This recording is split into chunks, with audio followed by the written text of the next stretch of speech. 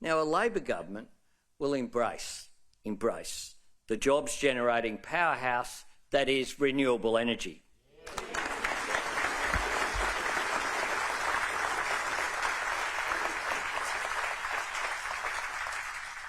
It's cheap and it's abundant in Australia. We can be a renewable energy superpower if we take up the opportunity which is there.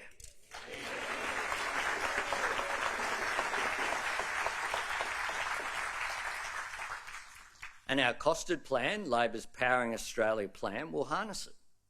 It will create 604,000 jobs by 2030, 5 out of every 6 of them in the regions.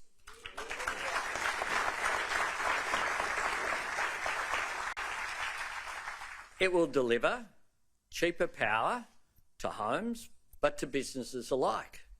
Jobs up, profits up, cost of living down. A good policy.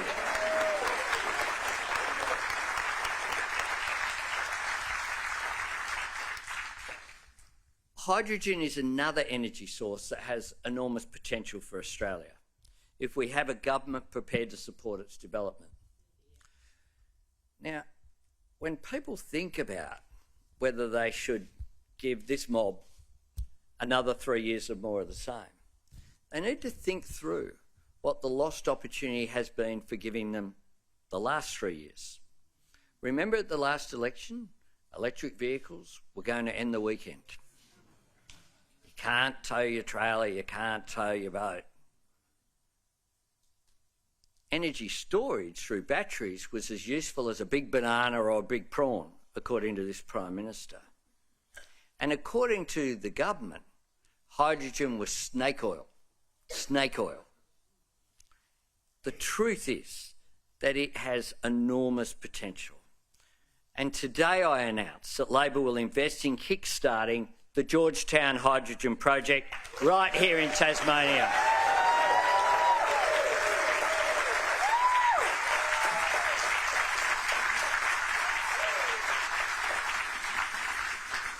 Line Hydrogen plans to deliver a commercial-scale hydrogen facility.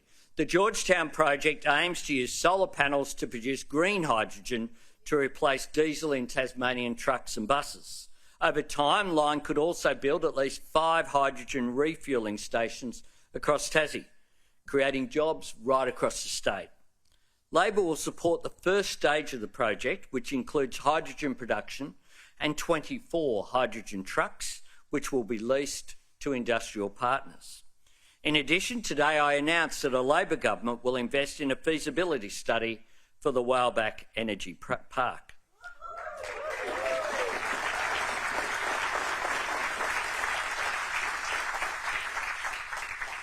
Once developed, this park would utilise the West Coast's abundant wind and water resources to produce green hydrogen for use in Tasmania, as well as for export to the North Island and to the world.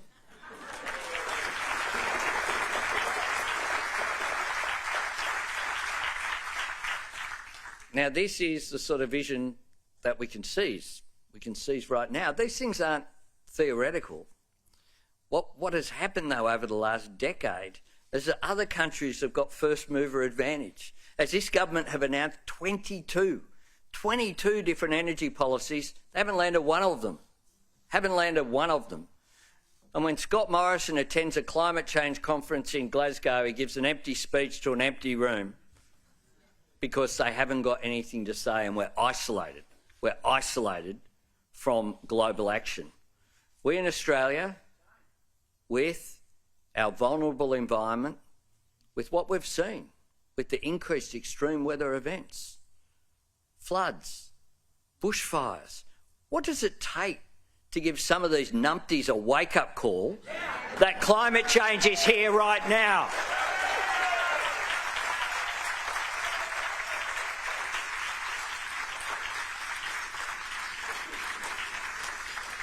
But they'll never act because they can't.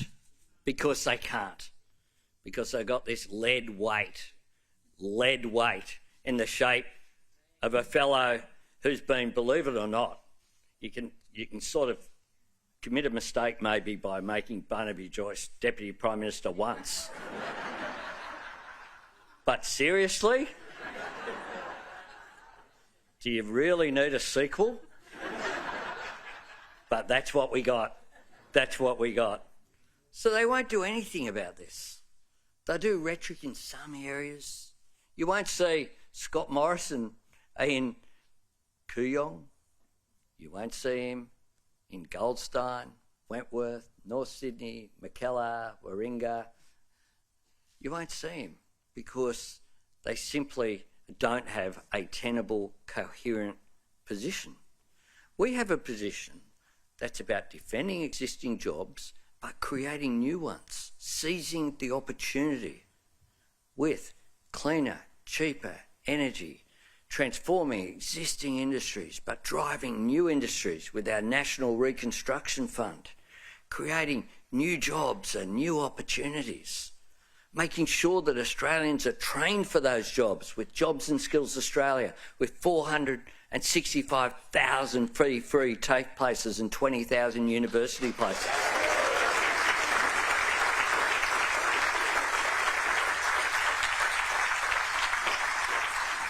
This is a government that struggles with the present and is terrified of the future. We will shape the future in Australia's interests.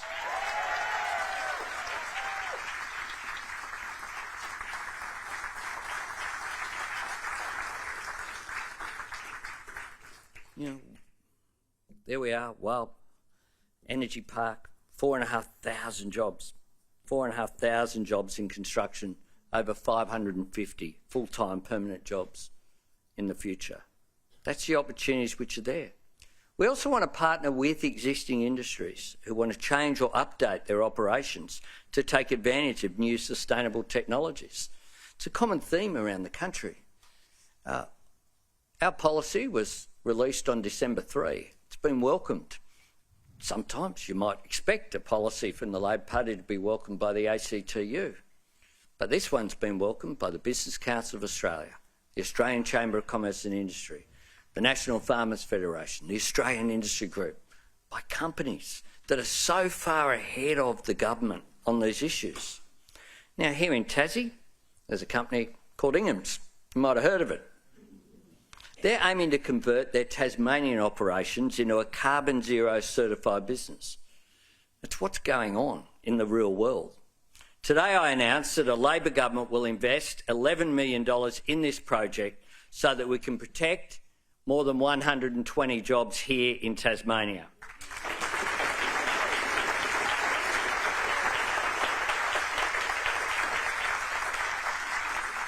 Now, we'll work with Ingham's to pioneer sustainable manufacturing in the poultry sector, which is scalable across their national operations. Labor will also partner with Costa, providing a co-investment to expand the East Devonport Berry Distribution Centre. And we've already announced funding in investment earlier this week to secure the future of the historic Waverley textile mills. These investments